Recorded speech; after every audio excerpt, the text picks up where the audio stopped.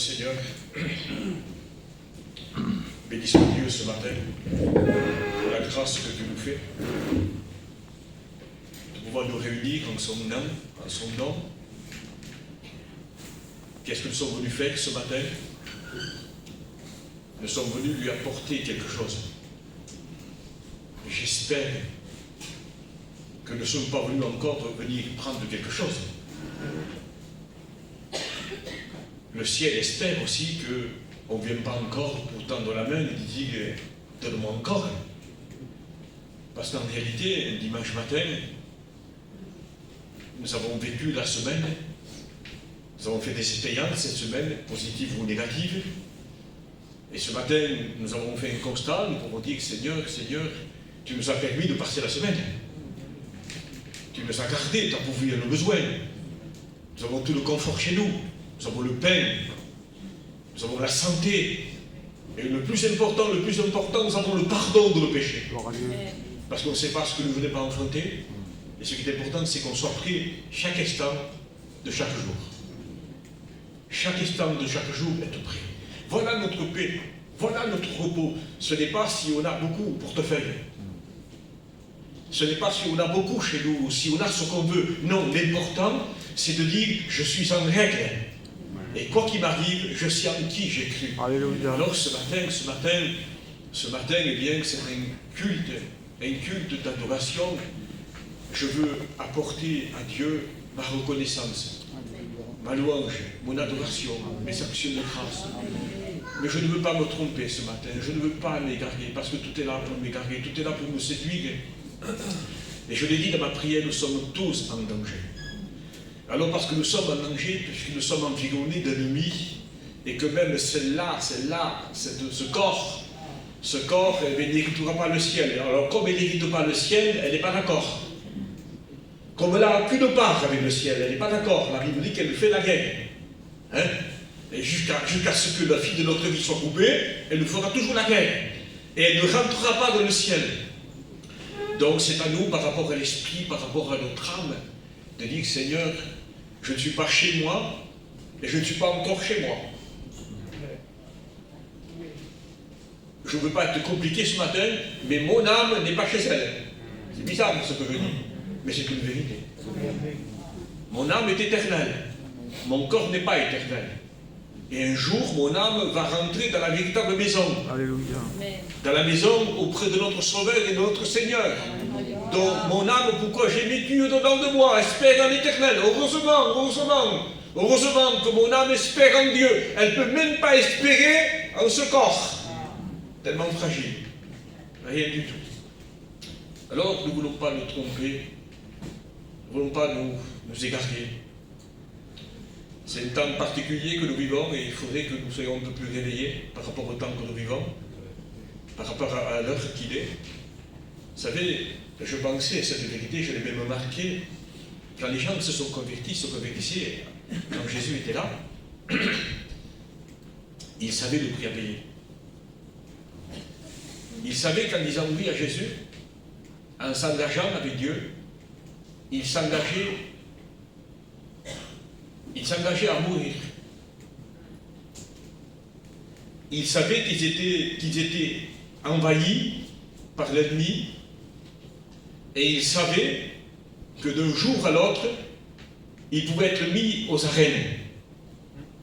Rien que le fait de dire « je suis chrétien ». Donc quand quelqu'un, nous ici, on attend 3 mois, 6 mois, 1 an, il faut attendre 2 ans. Avant de baptiser quelqu'un, parce que la Bible dit, faites-en des disciples. J'essaie tellement d'exagérer un peu beaucoup peut-être. Mais, quand les gens demandaient le baptême à cette époque, on pouvait les baptiser. Parce qu'ils savaient que s'ils s'engageaient par Dieu du baptême, en acceptant Jésus-Christ, ils étaient en danger. Au point que dès qu'ils étaient baptisés, par exemple, l'histoire me dit, l'histoire m'explique que quand un Romain croisait un Juif, ou qui que ce soit, il levait la main, l'histoire dit ça, et il disait « César est Seigneur ». Et l'histoire dit que celui qui croisait un Romain, il devait répondre. Mais si c'était un chrétien, il ne pouvait pas dire César est Seigneur. Il disait Jésus-Christ est Seigneur. Donc mes frères, c'était la prison, c'était les fouets, c'était les lions. Le Seigneur n'a rien caché. Il a tout dit. Vous serez haïs. Vous serez persécutés. Vous serez frappés. Vous serez insultés. Vous serez jetés en prison. Vous serez même mis à mort. Si quelqu'un veut me suivre, qu'il prenne sa croix et me suive. Voilà l'engagement, le baptême. C'est l'image de la mort. Et un jour, nous nous sommes engagés par-dessus du baptême. Nous sommes rentrés dans ce tombeau spirituel en disant j'accepte de mourir et de vivre une nouvelle vie. Mais ce n'était pas que dans le sens spirituel. Ça pouvait être aussi dans le sens littéral, puisque si un chrétien savait, si les gens savaient qu'il était chrétien, ils étaient mis à mort. Récemment, j'ai écouté un témoignage d'un frère qui disait des églises persécutées, je ne sais plus de quel pays. Il est venu en Occident, il a visité des églises. Il dit, nous, quand on va au culte, on ne sait pas si on va rentrer à midi à la maison.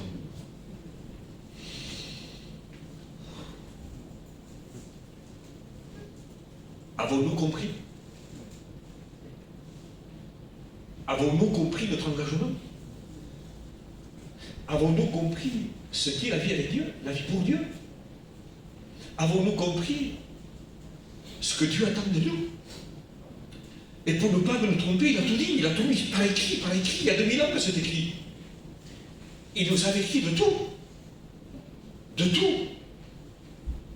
Aujourd'hui, nous ne vivons pas dans un pays persécuté de cette façon-là.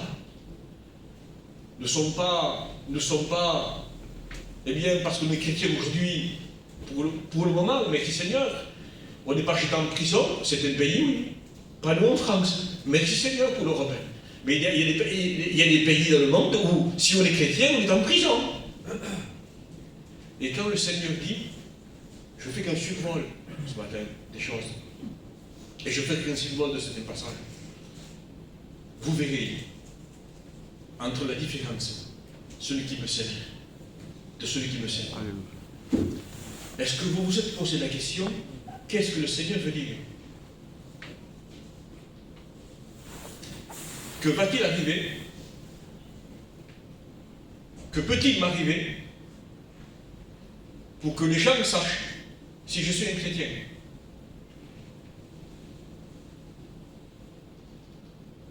Vous verrez qui me sert de celui qui ne me sert pas.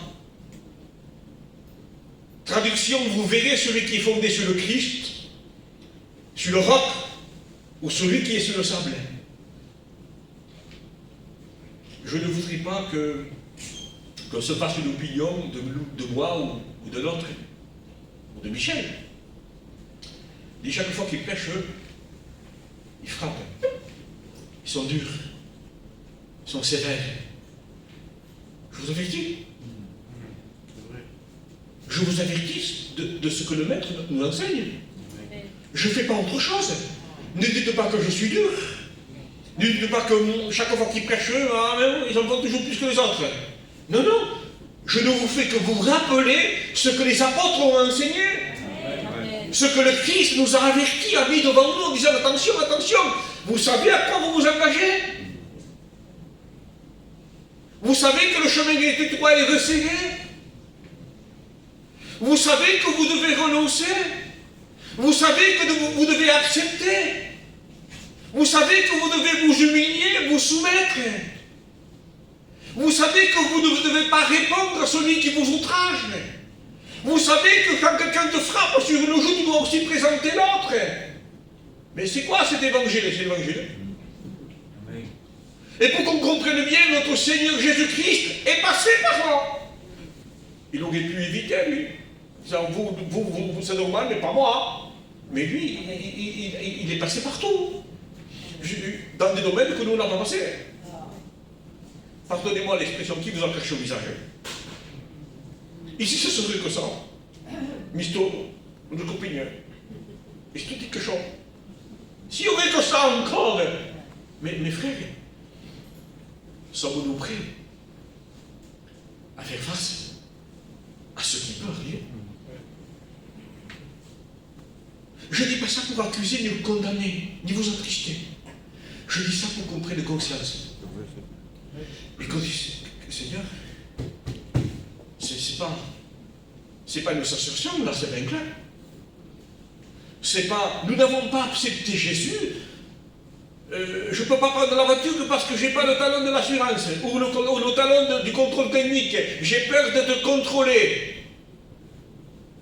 Est-ce qu'on a pris Jésus comme une attestation d'assurance en disant, si j'ai Jésus dans ma vie, moi je serai béni, ma femme sera bénie, mes enfants sont bénis, mes petits-enfants seront bénis, mon chien sera béni, mon portefeuille sera béni, je ne craindrai rien parce qu'il est devant ma porte, il garde que personne ne rentre pour vous voler, il est là pour me faire du bien, pour me guérir, pour paix, joie, bonheur, espérance, abondance, prospérité.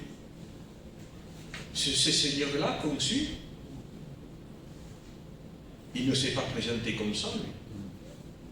Il ne nous a pas présenté cet évangile-là. Il nous a tout dit pour qu'on soit des gens avertis, sages, intelligents, sensés et prévoyants.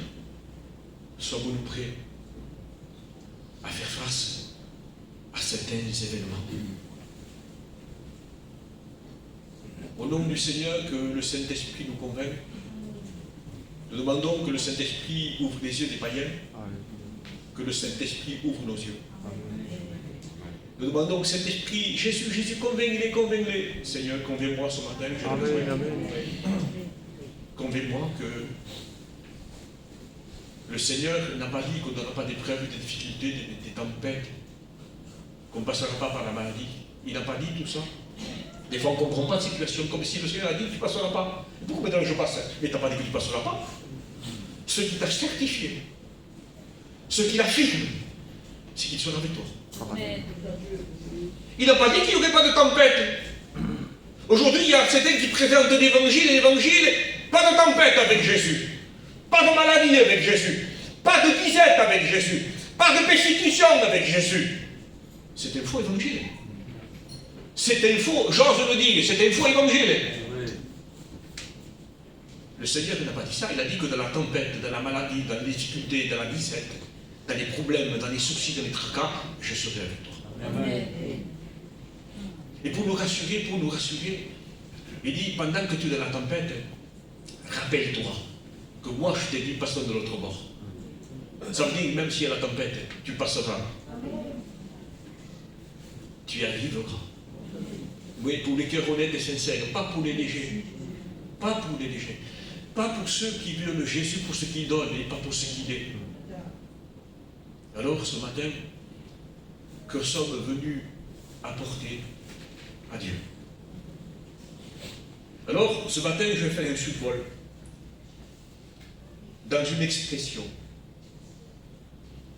Il te manque quelque chose.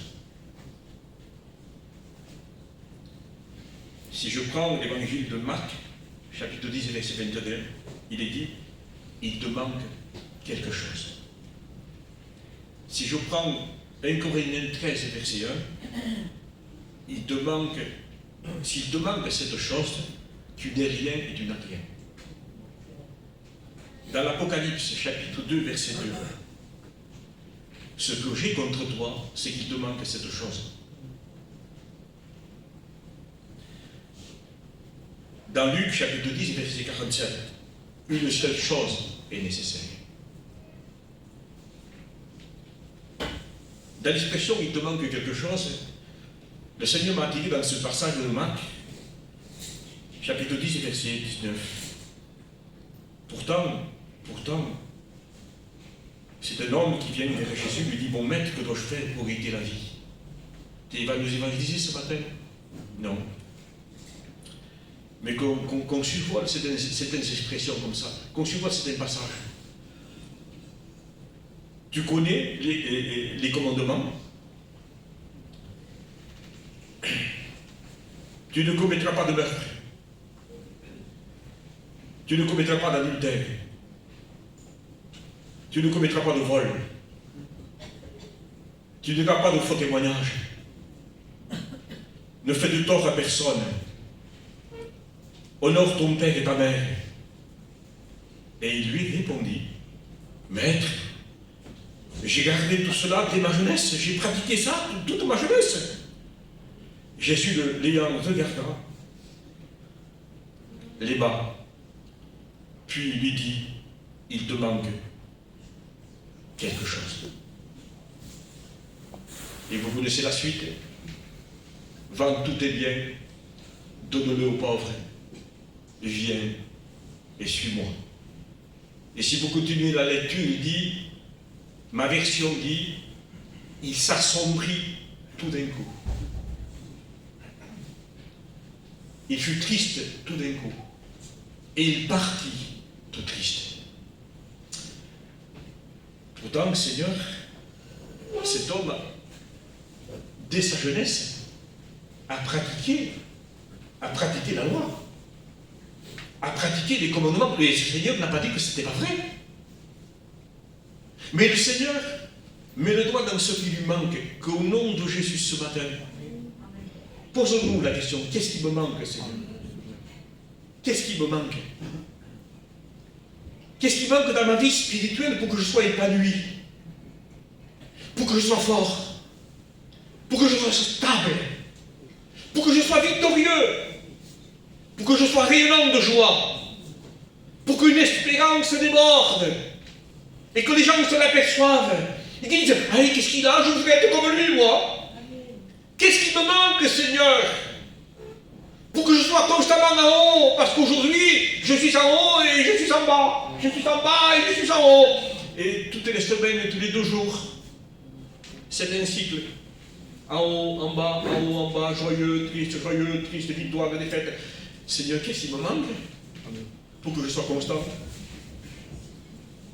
Pour que je sois comme toi tu le veux. Alors, le Seigneur lui dit, voilà, c'est vrai, tu as ta religion. Tu as une religion. Mais il y a un manque dans ton cœur. Et le Seigneur, avec délicatesse, avec diplomatie, il veut lui montrer comme il veut nous montrer à nous. Alors il dit, écoute, tu veux me suivre, d'accord, il dit. Vends tout ce que tu as, donne-le aux pauvres. Et tu auras un trésor dans le ciel. Puis viens et suis-moi. Il y a même l'appel au ministère. Il l'appelle au ministère. Il l'appelle au ministère en tant que disciple et apôtre. Peut-être ça aurait été lui qui aurait remplacé Judas, peut-être, je ne sais pas. Pour faire partie des 12, je ne sais pas. Mais le Seigneur a voulu lui dire, regarde, qu'est-ce que tu aimes? Où est ton cœur? Où est ton cœur? Où est ton cœur? Qu'est-ce que tu aimes? Qu'est-ce qui est précieux à tes yeux? Qu'est-ce qui a de la valeur? Qu'est-ce que le plus important? Ton portefeuille ou la Bible? Vous comprenez? Ton portefeuille ou la Bible? La terre ou le ciel? Qu'est-ce que le plus important? Et le Seigneur avait fait comprendre que son cœur était pris, que son cœur était attaché, que son cœur était séduit, que son cœur, sa richesse, c'était le monde. Seigneur, veux-tu me parler ce matin?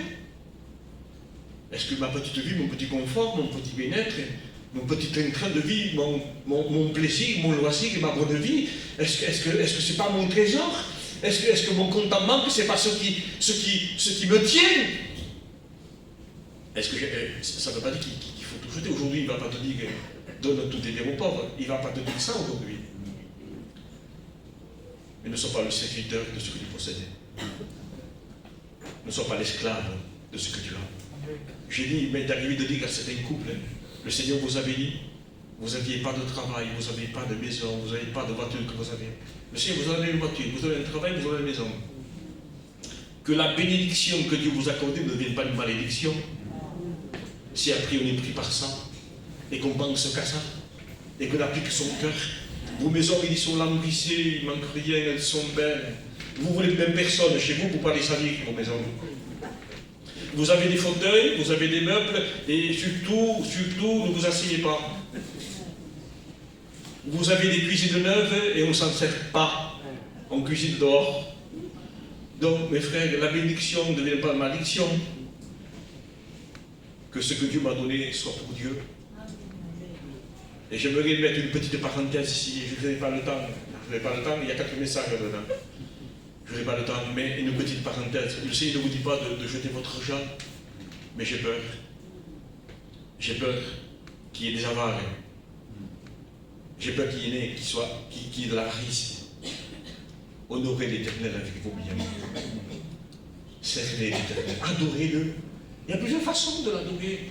Ne devenez pas esclave. Est-ce qu'il vous est arrivé de dire que j'ai fait une affaire aujourd'hui et cette somme d'argent, je la mets de côté et elle pourra servir à quelqu'un que Dieu me montrera pour son besoin.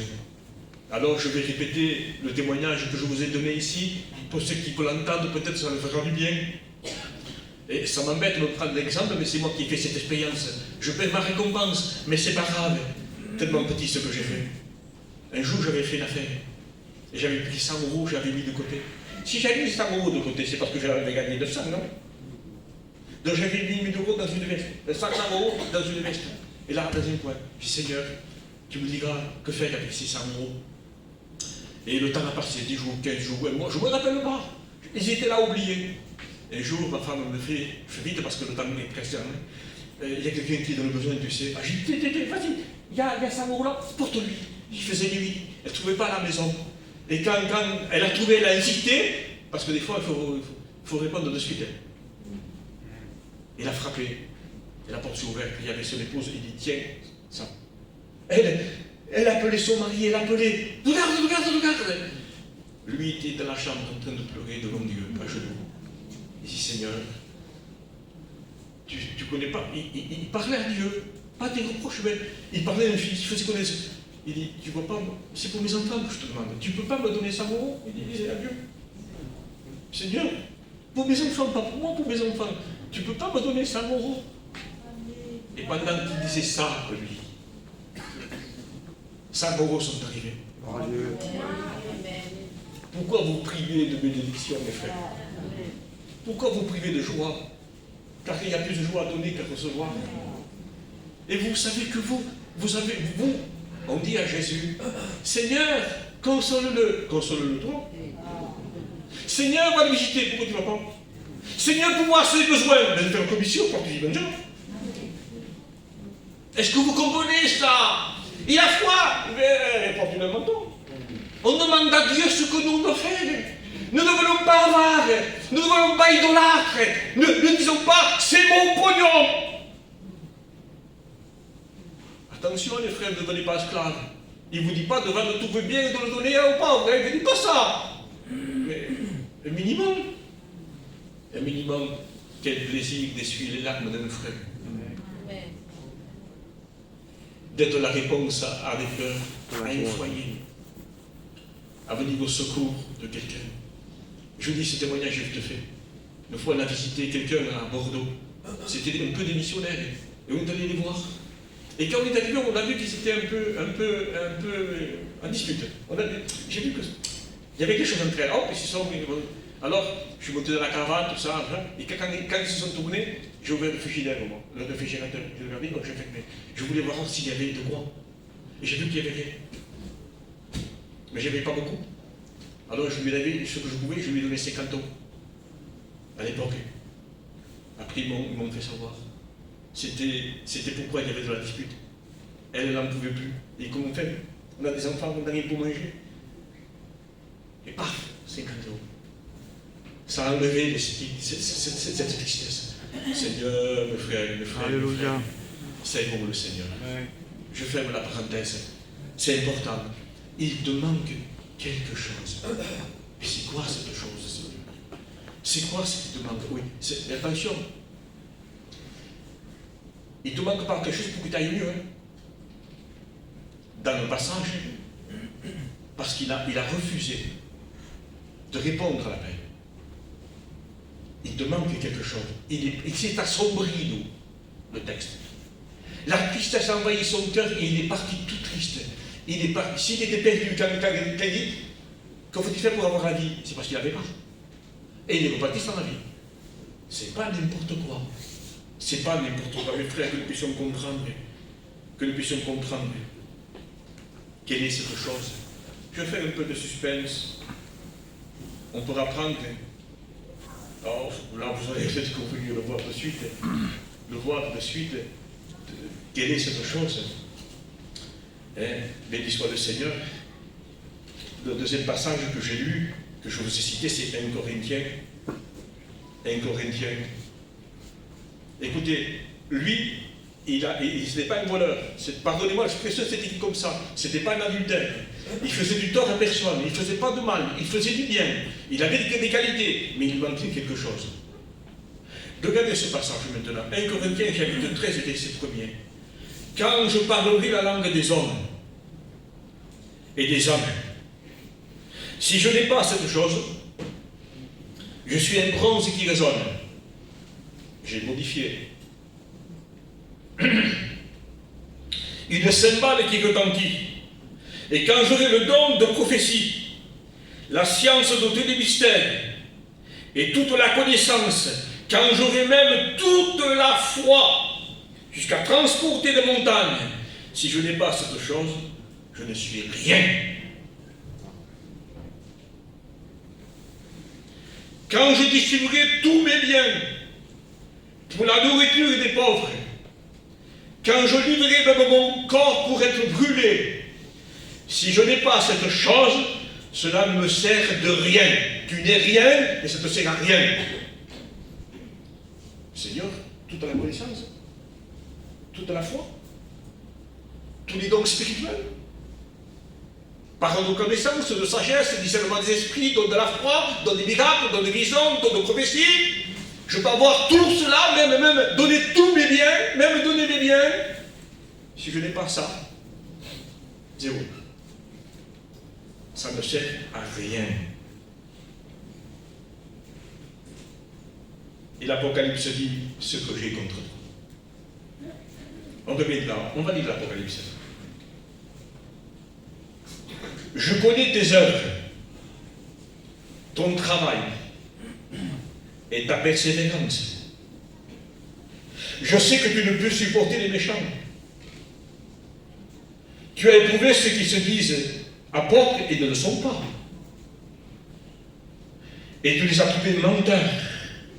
Je sais que tu as de la persévérance, que tu as souffert à cause de mon nom.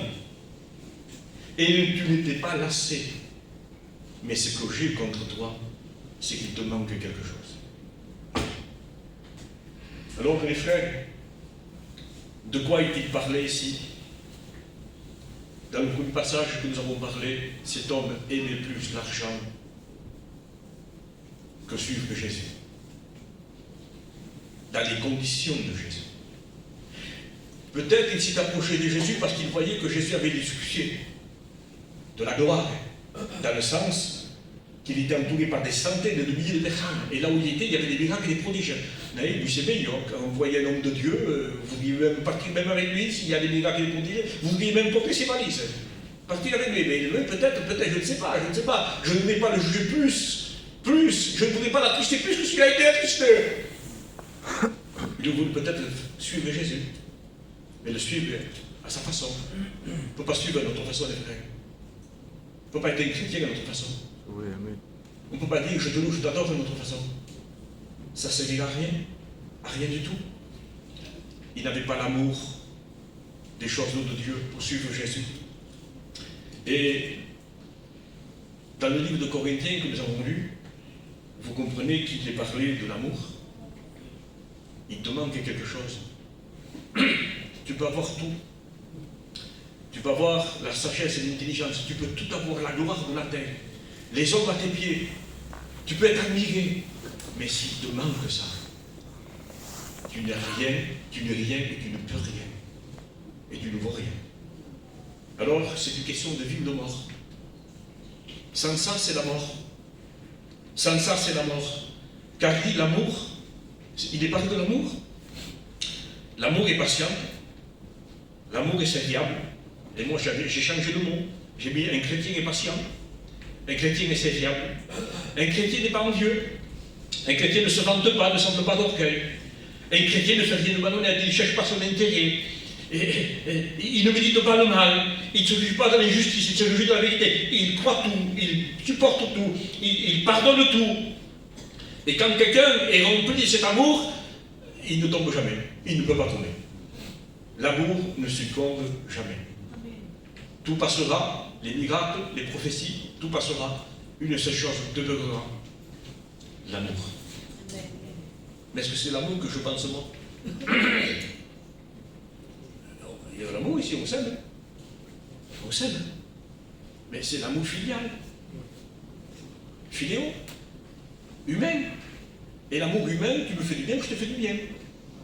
Tu me fais du mal, je te le rends. C'est l'amour humain. Mais Dieu ne demande pas cet amour, il demande cet amour divin. Cet amour qui permet à des chrétiens, que quand ils croisaient un Romain, et ils répondaient sans aucune hésitation, Jésus-Christ est Seigneur. Sommes-nous prêts? Connaissons-nous cet amour? Avons-nous cet amour? Des fois, pour éviter un procès, on est prêt à mentir. Pour éviter un procès de 25 ans, certains sont prêts à mentir. Oh non, je ne suis pas là pour accuser ni condamner, mais c'est là pour qu'on ouvre les yeux en disant, Seigneur, où j'en suis? Amen. Devant ce qui est devant moi, que va-t-il et que peut-il se passer? Est-ce que j'ai la force nécessaire? Est-ce que j'aurai la force d'échapper? Quel est l'amour qui m'anime aujourd'hui? Quel est l'amour qui me motive aujourd'hui? J'étais assis dans la pièce aujourd'hui où je suis, je disais, merci Seigneur. Merci pour ce que tu m'as donné. Merci parce que je me sens bien maintenant. Je suis tranquille. Merci. Mais est-ce que c'est un amour désintéressé? Ou un amour intéressé? Est-ce que c'est un amour par rapport à ce qui me bénit, me garde et me protège? Est-ce que je l'aime parce qu'il me dit oui? Et on y va jusqu'à dire, pour l'engager davantage, Seigneur, je sais que tout ce qu'on demandera en ton Père, en ton nom de Jésus, tu nous le donnes. Parce que tu es obligé, hein, parce que tu l'as dit. Sommes-nous prêts à accepter le non? Non. Des fois, il ne dit même pas non. Parce que des fois, s'il nous dit non, on ne m'abandonne plus. Mais il ne dit pas non. Il nous laisse comme ça. Mais est-ce l'amour intéressé ou désintéressé? Est-ce qu'on est chrétien par intérêt? Ou pour ce que Dieu a fait de nous? Oh les frères, il te manque quelque chose. Il ne faudrait pas que l'amour divin manque dans ton cœur. Il ne faudrait pas que cette chose qui est question de vie ou de mort manque dans nos cœurs. La Bible nous parle de cet amour, et je peux aller encore un peu plus loin. L'Apocalypse, je le relis, je connais tes œuvres, ta persévérance, je sais que tu ne supportes pas les méchants, que tu as prouvé ceux qui se désapportent et ne le sont pas, tu les as trouvés menteurs, tu as de la persévérance, tu as souffert à cause de mon nom, mais ce que j'ai contre toi, c'est que tu as abandonné cette chose. Tu ne l'as pas perdu. Si je perds quelque chose, je l'ai perdu. Vous allez m'aider pour retrouver cette chose. Et si on ne retrouve pas, vous allez me redonner cette chose. Parce que vous m'aimez. Tandis que là, il n'est pas parlé de perdre, il est parlé d'abandonner. Si tu l'as connu, tu l'as abandonné, souviens-toi où, quand, reviens. Reviens parce qu'on ne peut pas continuer comme ça. Reviens parce qu'on ne peut pas aller plus loin comme ça. Parce que nous n'aurons pas la force d'échapper. Et ça, il faut le comprendre, les frères. Il faut le comprendre. Et j'aime cette expression. Je peux vous dire ce matin que cette chose ne se ressent pas dans les séminaires. Elle ne se ressent pas dans les prédications. On ne peut pas le recevoir parce que je vais au séminaire, parce que je vais à la convention. Non, non, non. Je ne peux même pas le recevoir d'un frère. Ni de moi, vous ne pouvez pas le recevoir. On ne fait qu'en parler ici. on fait que se motiver, on fait que se donner soif. Mais moi, je n'ai pas le pouvoir de vous le donner, comme nous n'avons pas le pouvoir de vous donner un peu de notre huile. Parce que si vous voulez savoir ce que c'est l'huile, c'est ça. Ça, c'est l'huile. Ça, c'est l'huile qui ne se partage pas.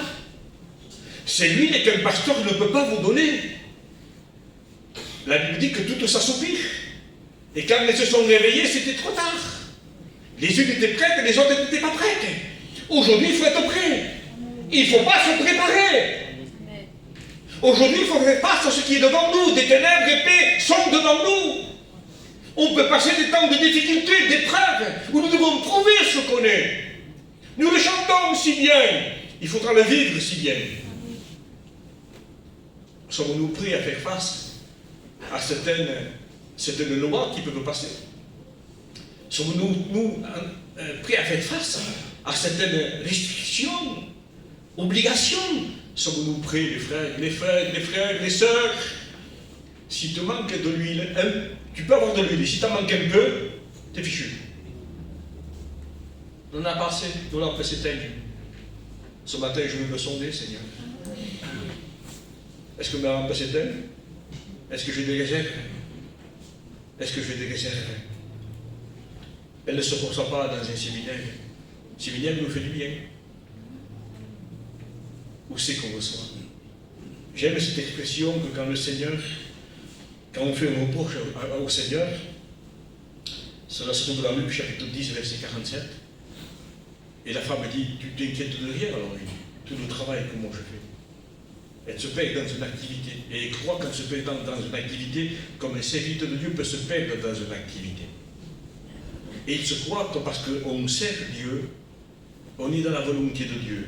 Non, des fois on fait des choses que Dieu ne nous a même pas demandé. C'est pas ce que je te demandais, dit. J'ai fait ça, je suis allé là-bas, mais c'est pas là-bas, je voulais que tu ailles ailleurs, moi. Tu ne m'as pas consulté. Tu as fait à ta tête. Tu as dit, Seigneur, bénis mes projets. Tu as dit, Seigneur, bénis mes décisions. Et des fois, quand on prie, j'ai prié. Tu as prié pour que Dieu bénisse tes décisions. Tu as prié pour que Dieu vienne avec toi dans tes projets. Tu as prié pour que tes projets réussissent. Est-ce que tu as prié pour savoir si c'était la volonté de Dieu? Ils ont parlé, le Seigneur dit, moi j'ai gagné. Ils sont allés, et moi Dieu dit, je ne les ai pas envoyés. Alors qui assistera à mon conseil? C'est l'heure d'assister à son conseil. Il est temps. Il est temps. Et là, dans ce passage, il dit, tu ne t'inquiètes pas que ma soeur me laisse seule. Et le Seigneur a mis l'accent, il a appuyé, comme il veut appuyer ce matin. Il veut que ça rentre en nous, il veut que l'on comprenne. C'est pas beau ce que je vous prêche. Vous le savez, c'est vieux et simple ça. Mais elle a 2000 ans la Bible. Hein? Voilà. Béni soit le Seigneur. Marthe. Martin. Tu t'inquiètes. Tu t'ajoutes pour beaucoup. Et pour si peu. Beaucoup par rapport à la quantité, si peu par rapport à la valeur, à l'importance. Tu t'inquiètes. Elle a choisi la bonne part. Amen. Je vous pose une question ce matin, dans la simplicité. N'est-ce pas l'heure de choisir la bonne part? Amen. Où vous voulez trouver l'huile?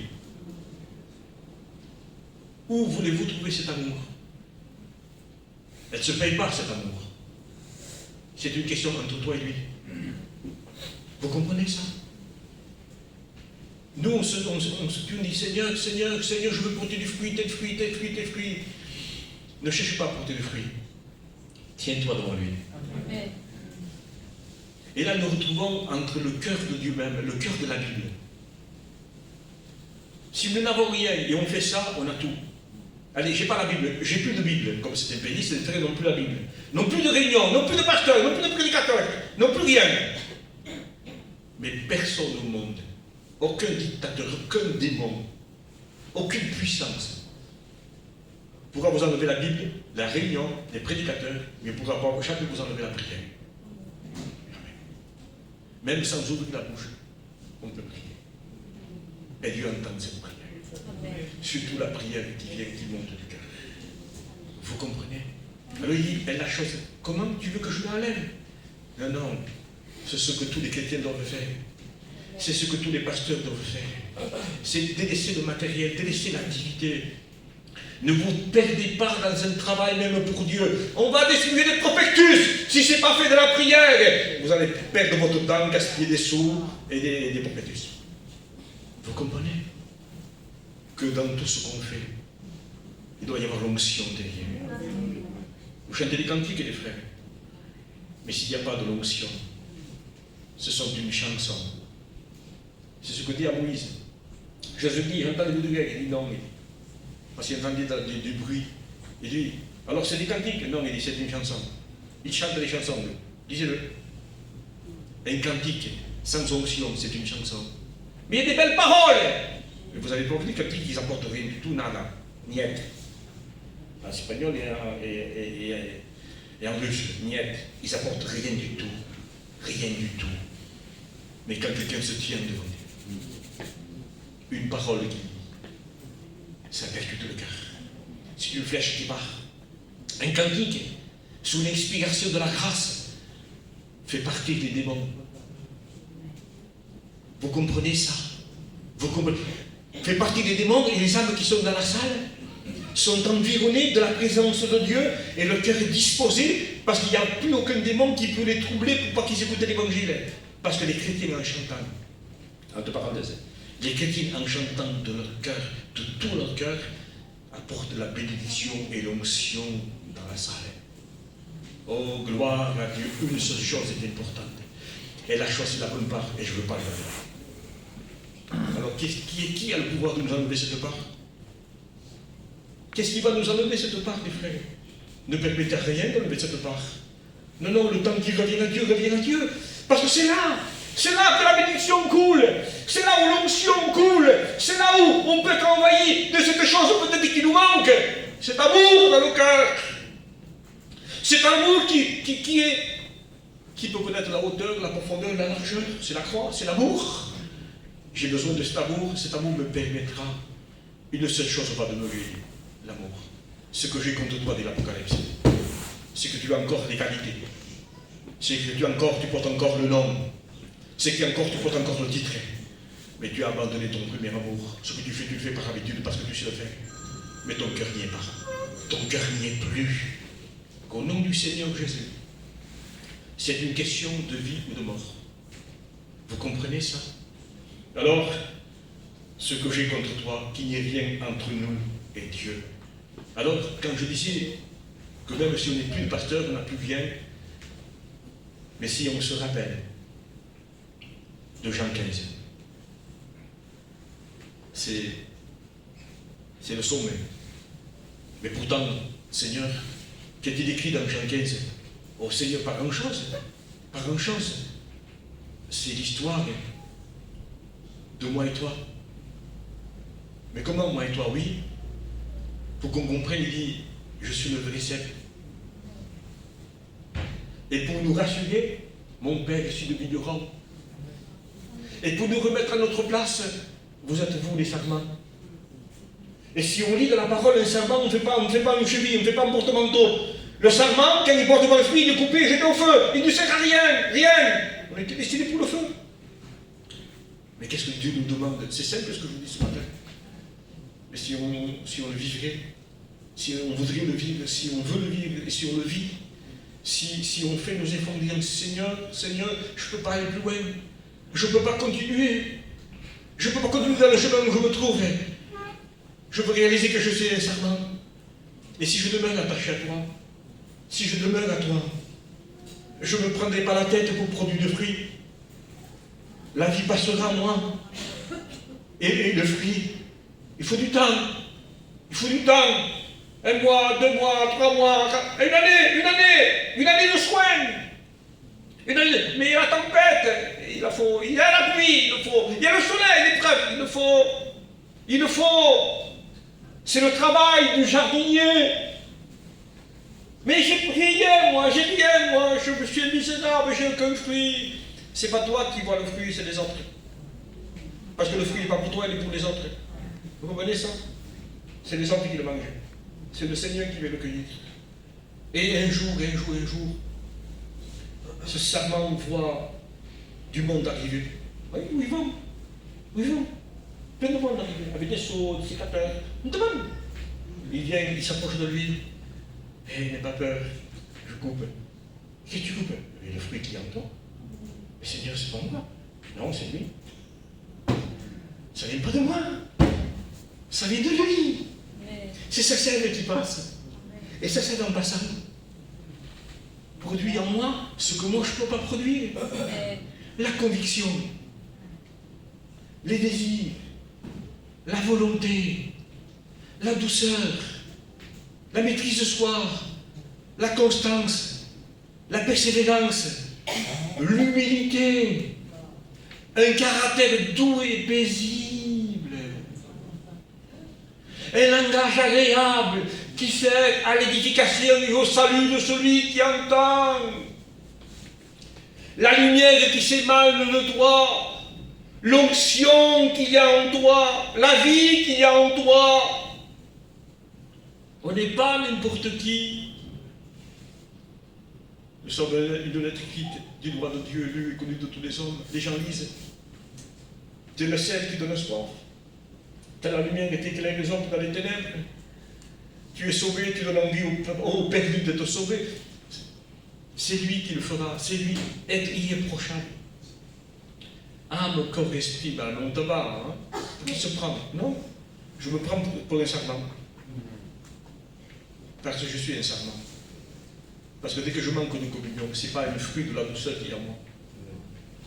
Dès que je sors un peu, que je veux me promener un peu en dehors de lui, eh bien, il n'y a plus de douceur.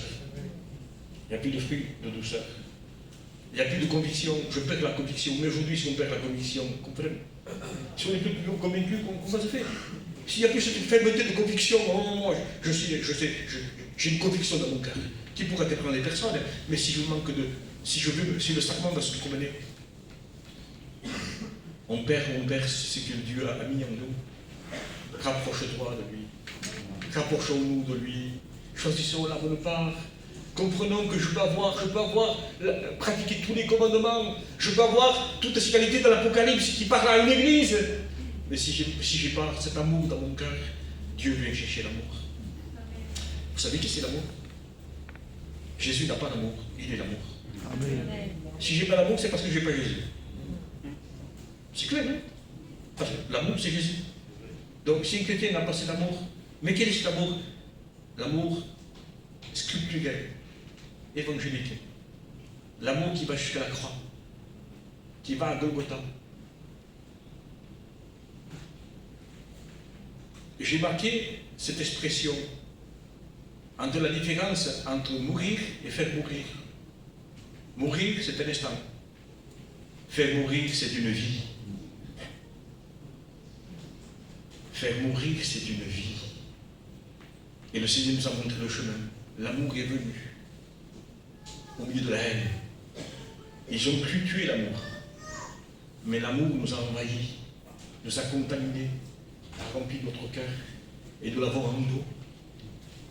Au nom du Seigneur, que nous puissions comprendre, que nous puissions réaliser, discerner ce que Dieu veut de nous, qu'il ne nous manque pas ça. Il est arrivé à un moment donné, dans un autre passage, et je conclue avec ça, je ne voudrais pas être trop long ce matin, je ne l'ai fait qu'un rappel. Je n'ai fait qu'un rappel. Il va à Gethsémani. Il prend Jacques, Jean et Pierre. Il dit, restez ici, éveillés. Et pendant qu'il s'éloigne d'un jet de pierre, il se jette face contre terre, il dit, Père, s'il était possible, que cette coupe s'éloigne de moi sans que je la boive. Et il termine la prière en disant, Seigneur, toutefois, pas ma volonté mais la tienne. Pendant 3 fois, il va faire la même prière. Il va faire la même prière. Il avait le pouvoir de donner sa vie ou de la reprendre. Il avait le pouvoir de dire non ou de dire oui. Et heureusement qu'il termine sa prière en disant, Père, il termine sa prière en disant, pas ma volonté mais la tienne. Vous comprenez ça?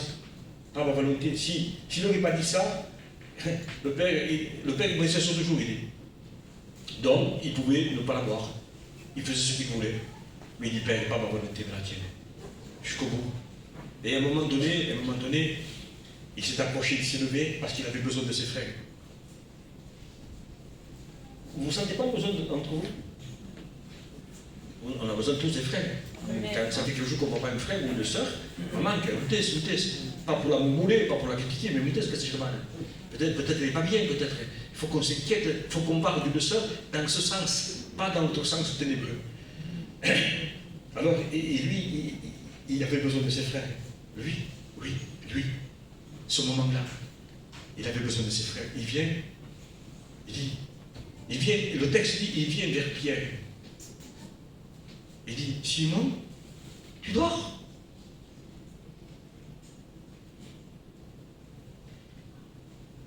Lolo, tu dors? Linda, tu dors? Sifflot, tu dors? Est-ce le moment de dormir? C'était la dernière heure du ministère de Christ sur la terre. Les dernières heures, c'était la fin. C'était pour accomplir que tout est accompli à la croix. C'était le moment où le Seigneur disait, priez, priez. Mais il ne dit pas pour moi encore. Hein. Il dit, priez pour vous. Afin que vous ne tombiez pas en tentation, il dit. Car l'esprit est bien disposé, mais la chair, le corps de mort, là. Le corps, là, il est faible. Ne te fie pas à ton corps. Parce que ton corps te dit rien quand tu lui donnes tout ce qu'il demande. Quand tu vas dans son sens. Mais dès que tu dis non, stop, pour toi, c'est pour Dieu. Comme à la cale, il va cosper, contrarié, aigri, assombri, comme le jeune homme. Il s'assombrit. En câlin, ah non. Vous pensez que je me divertir un peu, me promener, loisirs, plaisir et bonne vie. Il dit un peu non, c'est pas vrai, mais toujours. Ça, toujours. Non. Tu dors? Est-ce que c'est le moment de dormir? Est-ce que, je vous le dis, mon cœur ce matin. Je ne sais pas ce qui va se passer. Est-ce que c'est le moment de dormir? Et vous remarquez, le texte dit, il vient Pierre, et il dit Simon. Mais il avait changé le nom, lui. Il y avait dit qu'il ne sera plus appelé au ministère. Quand il appelle au ministère, il ne sera plus appelé Simon, il dit qu'il sera appelé Pierre. Roc. Simon veut dire roseau, qui se plie à tous les vents, à tous les courants, faible, fragile. Il dit non, tu ne seras plus un roseau, je vais t'établir comme un roc. Je vais faire de toi quelqu'un de posé, de serein, de tranquille, de fort, de convaincu. Mais là, quand il dort, oh Simon, pourquoi il l'appelle Simon? Parce que là, il prend l'attitude et le cœur de Simon. Il a oublié que Dieu l'avait appelé Pierre. Ce n'était pas le moment de dormir. Mais tu dors, tu vas être Simon ou Simone. Et vous savez ce qui est arrivé? Que quand la horte est arrivée, quand il fait bien, il a pris l'épée. Il a tranché l'oreille du serviteur du sacrificateur. Quand il fait, après, lisez-le. Quand ils ont pris Jésus, ils l'ont suivi, il l'a suivi de loin. Et après l'avoir suivi de loin, il se met au coin du feu avec les autres païens et les autres. Et on lui pose des questions. Mais tu es ces gens-là? Qu'est-ce que tu dis? Pourquoi tu parles? Il dit qu'il ne les connaît pas. Et il redit ses frères. Je dis, mais toi aussi tu es galiléen, toi aussi tu fais partie de cette secte. Mais je ne sais pas de ce que tu me parles. Il renie la foi. Et après, il dit, je ne connais pas cet homme, il renie Jésus. Vous voyez le processus, si on dort? Vous voyez le processus, si on se relâche? Si on ne prend pas garde? Si on laisse faire? Métro, boulot, doudou, tranquille, vie chrétienne, pénarde de chrétien. Mes frères, on est tous en danger, je vous le dis. On est en danger. L'huile se trouve dans sa présence, dans sa communion. Veillez et priez. Vous n'aurez pas la force d'échapper. Vous n'aurez pas la force de dire Jésus est Seigneur devant le compromis, devant le péché, devant une attaque diabolique, démoniaque. Vous n'aurez pas l'autorité de dire arrière de moi. Vous n'aurez pas la force. Vous n'aurez pas la force d'échapper.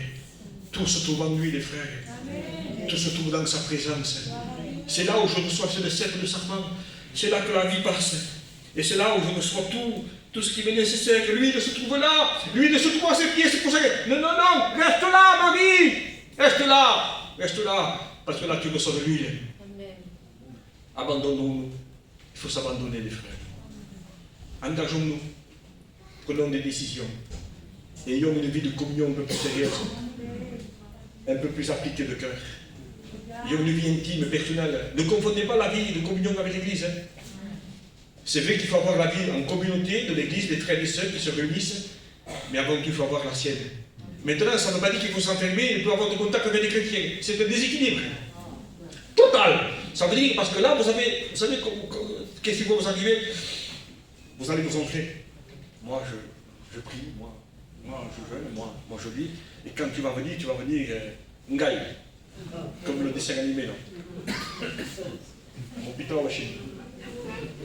Ça rappelle là ce que je veux dire. Et on vient là, moi je prie, moi, regarde les frères.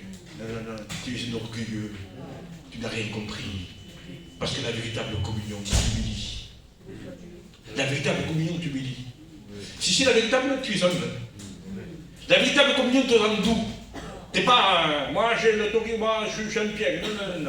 Non, ça c'était si bon. Non. Dieu veut qu'il y ait ce changement. Non. Tu es doux. Tu es pacifique. Tu es modéré. Tu es conciliant. Vous comprenez? Tu as même un cœur désintéressé, que je voudrais avoir un cœur désintéressé. Il n'y a pas qui t'intéresse, ça? Mais quand quelqu'un tu sais, un supermarché, il y a ça, ah oui? Tu t'arranges d'une façon avec lui, t'attends le moment propice. T'attends. N'ayez pas fait le tournée, hein? Mais tu sais, toi, pourquoi tu y vas? Elle est rusée. Elle a question qu'elle ne pas dans le ciel. Pensez-moi, elle est pourrie. Soyons des enfants de lumière, des enfants de vérité. Mes frères, je ne sais pas si ce n'est pas un avertissement, je le crois. Je ne sais pas, non, je le crois. Amen. Le Seigneur m'avertit et vous avertit que ce qui est précieux se trouve dans sa présence et à ses pieds. C'est l'heure d'être à l'heure. C'est l'heure d'être à l'heure. Simon, t'étais pierre, tu retombes là. Et vous savez toute la suite qu'il y a eu. Que le nom du Seigneur puisse comprendre l'appel que Dieu nous fait. Seigneur, dans la simplicité de ce message, Seigneur, nous n'avons rien appris ce matin, mais combien ta parole par l'Esprit nous interpelle. Je ne veux pas me fier à mes expériences en mes 43 années de baptême. Hier ne compte plus, n'a aucune valeur. Ce qui compte, ce n'est même pas demain. Demain n'existe pas. Ce qui a une valeur, c'est aujourd'hui. Seigneur, je ne veux pas qu'il me manque cette chose. C'est une question de vie ou de mort. Mais cette chose, cet amour-là, ne se reçoit que dans ta présence. Ne se reçoit de cœur à cœur. Ce n'est pas dans une étude. Ce n'est pas dans un service. C'est dans une intimité avec toi. Je suis un serment. Et tu le dis dans ce passage de Jean 15. Tu le répètes plusieurs fois. Sans moi, vous ne pouvez rien faire. Sans moi, vous n'êtes rien. Vous ne pouvez pas. Vous n'y arriverez pas. Vous vous en sortirez pas. Tu nous le dis plusieurs fois dans ce passage. Tu me dis que tu es le cep et que ton père est le vigneron. Quelle protection. Quelle protection. Si je te laisse faire, si je te laisse habiter, si je te laisse me reprendre, me censurer, m'exhorter, m'enseigner, si j'ai de l'intimité, de la communion, de la sensibilité, si je suis sculpturaire, biblique, si ta parole est une lampe à mes pieds, avant de l'être sur mon sentier, combien tu vas me parler, tu vas me convaincre, tu vas m'enseigner, tu vas me montrer. Seigneur, je ne veux pas d'autre Dieu dans ma vie. Je ne veux pas avoir des Baals, des attratés, des idoles, Seigneur. Je ne veux pas avoir des statues dans mon cœur. Le seul Dieu, c'est toi. Le vrai Dieu, c'est toi. Qu'il n'y ait pas d'autre Dieu. Accorde-nous un cœur désintéressé. Détaché de tout, Seigneur. Que nos yeux soient là-haut. Merci pour ce que j'ai en bas. Mais ce qui est en bas ne doit pas troubler. Ne doit pas me troubler. Ce que doit me troubler, c'est ce qui manque, qui fait partie d'amour. Seigneur, bénis ton Église. Au nom de Jésus. Amen. Des prières courtes, s'il vous plaît. Merci pour ta parole.